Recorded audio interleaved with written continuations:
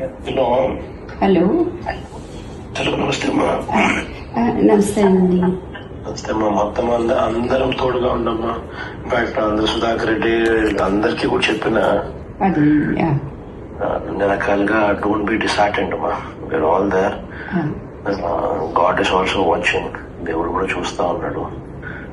ఇంత నిరంకుశత పాలన అనేది it will not last also.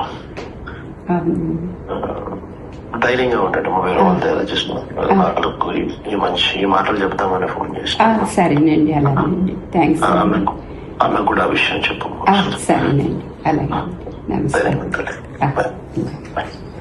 అప్పుడు డ్యూటీ ఎక్కేసిందండి. పోసాని కృష్ణమూర్లే అక్రమ అరెస్టు.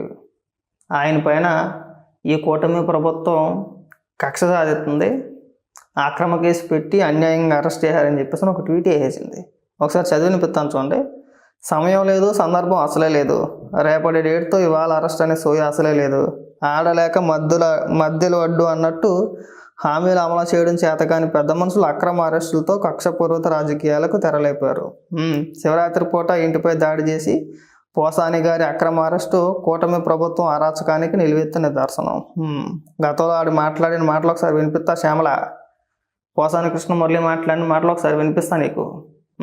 వినిపించిన తర్వాత అవే మాటలు ఆ ప్లేసులో పవన్ కళ్యాణ్ గారి కుటుంబ సభ్యుల ప్లేసులో నిన్ను ఊహించుకొని, ఆ ప్లేసులో నిన్ను ఊహించుకొని నిన్నంటే నీకు ఏ విధంగా ఉంటుందో ఒకసారి నువ్వు చెప్పు. ఎవడైనా నేను సోషల్ మీడియాలో ఎవడో ట్రోల్ చేస్తున్నాడనో లేదంటే ఫోన్ చేసి ఏదో అన్నారని చెప్పేసి మనం ఒక్కెట్టి ఏడ్ చేసాం కదా మనం ప్రెస్ మీట్ పెట్టి దానికే. అలాంటిదాడు చిన్నపిల్లలని లేకుండా మహిళలను లేకుండా ఏది పడితే అది మాట్లాడితే కేసులు పెట్టుకుంటూ ఉంటారా? వాడు ఏమని మాట్లాడాడు చెప్పనా? వినిపిస్తా చూడు ఒకసారి. ఈ సైకో గారికి తెలియజెప్తున్నా, పవన్ కళ్యాణ్ సైకో వెధవకి చెప్తున్నా, ఒరే సైకో వెధవా, నీకు ఆడపిల్ల ఉంది, ఆ పిల్ల పట్టదవుతుంది, గుర్తు పెట్టుకో, నేను ఇంకా బతికే ఉంటాను. నిన్నంటే ఎలాగా? నీ కుటుంబ సభ్యులు కానీ నిన్ను కానీ అంటే కేసులు పెట్టుకుంటే ఎలా ఉంటుంది? ఇంకా ఉంది.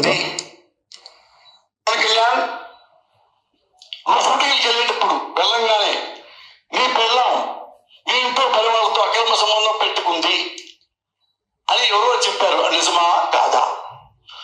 ఆ బిడ్డలు నీకు పుట్టలేదంట, పని వాళ్ళకే పుట్టారంట.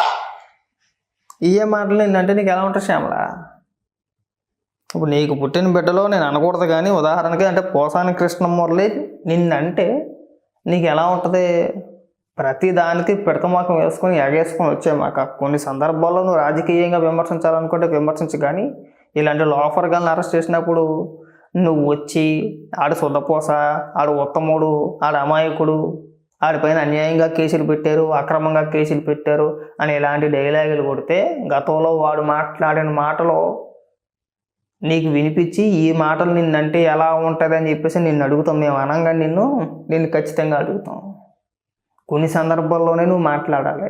ఇలాంటి బేవర్సగాలి విషయాల్లో నువ్వు అస్సలు తలదొచ్చకూడదు. నేను ఇందాక కూడా చెప్పాను కదా, ఇందాక వీడియోలో మీకు అంత ఆనందంగా ఉంటే, పోసాని కృష్ణమురళి మీద మీకు అంత ప్రేమ పొంగిపోతుంటే చక్కగా ఇంటికి పిలిచి కూర్చోబెట్టి ఆ బూతులని మీరు తిట్టించేసుకోండి. ఏమైనా తిట్టేస్తారో ఇష్టానుసారంగా లకారాలతో సంబోధించి నోటికి ఏది పడితే అది ఎంత వస్తే అంత, ఏ మాట వస్తే ఆ మాట, హద్దు అదుపు లేకుండా మనల్ని ఎవ్వడు ఏమీ చేయలేడు. జగన్మోహన్ రెడ్డి ఒక 30 ఏళ్ల పాటు రాష్ట్రాన్ని ఏలేస్తాడు. మనం ఎన్ని బూతులన్నా మాట్లాడచ్చు, ఎంతమందినన్నా తిట్టచ్చు అని అహంకారంతో రెచ్చిపోతే ఇవాళ ఇలాగే చెక్కేస్తారు. మన పరిధి మనకు ఉంటుంది, నీ పరిధి నీకు ఉంటుంది. నువ్వు ఇలాంటి విషయాల్లో జోక్యం చేసుకోకూడదు. వేరే అంశాలు ఉన్నాయి.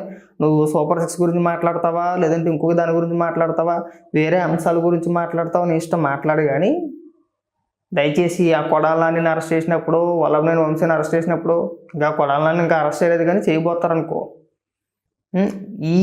ఈ వ్యవహారాలు నువ్వు తలదొరచు మాకు. అది నీకు మంచిది కాదు. ఎప్పటికే మన పేరు వచ్చేసాం. నువ్వేం పెద్ద స్వతకోసం ఏం కాదు. మన బతుకే బెట్టింగ్లు బతుకాయే. అలాంటిది మీలాంటి వాళ్ళ చేత సూక్తులు నీతులు చెప్పించుకునే పరిస్థితుల్లో ఈరోజు ప్రభుత్వం లేదు. గుర్తుపెట్టుకో బాగా. నిన్నంటే నీకు నొప్పి తెలుసుద్ది. ఆల్రెడీ మనం ఏడ్చేస్తూ ఉంటాం పక్క నుంచి. అలాగే ఎవరినంటే వాళ్ళకి బాధ కలుగుతుంది, కలగకుండా ఉండదు కదా. జగన్మోహన్ రెడ్డిని అంటేనే నీకు నిప్పు తగులుతుంది కదా. జగన్మోహన్ రెడ్డిని తిట్టవసరం లేదు. ఎవరైనా విమర్శ చేయారనుకో ఎగేసుకొని వచ్చేస్తాం మనం. అలాంటిది అమ్మనాబూతులు తిట్టినప్పుడు లేదా, తిట్టి చేసినప్పుడు లేదా, దీని అంతటికే కారణం ఎవరు? జగన్మోహన్ రెడ్డి. నువ్వు జగన్మోహన్ రెడ్డిని అడగాలి. కొడాల నాని మాట్లాడినా, వల్లభనేని వంశీ మాట్లాడినా, ఈ పోసాని కృష్ణమురళి మాట్లాడినా, ఇంకా కొంతమంది లోఫర్గాళ్ళు ఉన్నారు కార్యకర్తలు, వాళ్ళ సంగతి పక్కన పెట్టేసేలే. వాళ్ళందరూ అధికారంలో ఉన్నప్పుడు రెచ్చిపోవడానికి గల కారణం ఏంటి? జగన్మోహన్ రెడ్డి ఇచ్చిన స్క్రిప్టు. ఎవడు ఎక్కువ బూతులు మాట్లాడితే వాడికి పదవులు, అలాగే రెచ్చిపోయారు. ఇవాళ కేసులు పెడితే అక్రమ కేసులే, శుద్ధపోస. కాస్త అధికారంలో ఉన్నప్పుడు మన ఒళ్ళు మన దగ్గర పెట్టుకొని, మన నోరు మన దగ్గర పెట్టుకొని, కాస్త నోరు అదుపులో ఉంచుకొని మాట్లాడితే బ్రహ్మాండంగా ఉండేదేమో. కానీ విరవీగిపోయారు. మనకు 151 వచ్చేసి మనకి తిరగలేదు. ఇంకా మనం లకారాలతో సంబోధించేసి ఎవరికి పడితే వాళ్ళకి అక్రమ సంబంధాలు అంటగట్టేసి, వాళ్ళ ఇంట్లో పిల్లలున్నా, చిన్నపిల్లలున్నా, మీ ఇంట్లోనే కూతురు ఉంది, పెద్దదవుద్ది, నేను చూస్తానంటే ఏంటి అర్థం దానికి? అసలు ఏమనుకున్నారు ఆ రోజున? ఆ రోజు నువ్వు కూడా పార్టీలోనే ఉన్నావు కదా. ఏమయ్యా పోసాన కృష్ణమురళి, నువ్వు మనిషివా పశువా?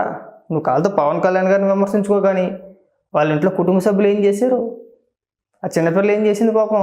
చిన్న చిన్న పిల్లలు వాళ్ళకి అసలు రాజకీయాలు అంటే ఏంటో కూడా తెలియదు. వాళ్ళ ప్రస్తావన ఎందుకు తీసుకొస్తున్నాను అని చెప్పేసి అని ఏ రోజైనా వైసీపీలో ఉన్న మహిళా నాయకురాలు ఎవరైనా మాట్లాడారా? ఎవడైనా ఖండించాడా? ఖండించకపోగా ఆ బొగ్గడి మాట్లాడితే ఆడి మాట్లాడిన మాటలను కట్ చేసి మీ అఫీషియల్ పేజీల్లో వేసుకున్నారు.